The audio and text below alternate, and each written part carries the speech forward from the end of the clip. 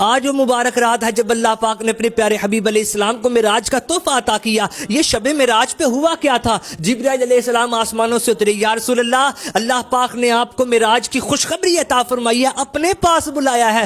براق لایا گیا. نبی پاک علیہ السلام بڑی عزت و تکریم کے ساتھ اس پر سوار ہوئے. مسجد حرام سے مسجد اقصی تک کا سفر ہوا. مسجد اقصی میں تمام انبیاء کرام موجود ہیں. نبی پاک علیہ السلام نے سب کی امامت فرمائی. جب وہاں کے معاملات سے فارغ ہوئے پھر آسمانوں کا سفر شروع ہوا. آسمانوں کا دروازہ ایک ایک کر کے کھلتا گیا. گویا کہ آسمانوں پہ دھوم مچی ہے, جنت کو سجایا گیا ہے. سب آرا سب حور و ملک اور گلما خلد سجاتے ہیں. ایک دھوم ہے عرش اعظم پر, مہمان خدا کے آتے ہیں. آسمانوں پہ موجود فرشتے مبارکباد دے رہے ہیں. اللہ کے انبیاء سے ملاقات ہوئی. جب ساتوں آسمانوں کو پار کیا پھر سدرۃ المنتہا آیا. حضرت جبرائیل علیہ السلام عرض کرتے یا رسول اللہ اس سے آگے میں نہیں بڑھ سکتا. اب سرکار اکیلے ہیں, عرش کو بھی کراس کر لیا. اب ادھر ہے سرکار جہاں نہ کوئی جگہ, نہ کوئی مکان, نہ کوئی فرشتہ, نہ کوئی انسان. اوپر نیچے ادھر ادھر کچھ نہیں تھا کیونکہ کوئی زمانہ کوئی مکان ہی نہیں تھا. خیرت سے کہہ دو کہ سر جھکا لے, گزر گئے ہیں گزرنے والے, اور پڑے ہیں جہاں خود جہت کو لالے. کسے بتائیں کدھر گئے تھے, اللہ پاک کو جاگتی آنکھوں سے دیکھا.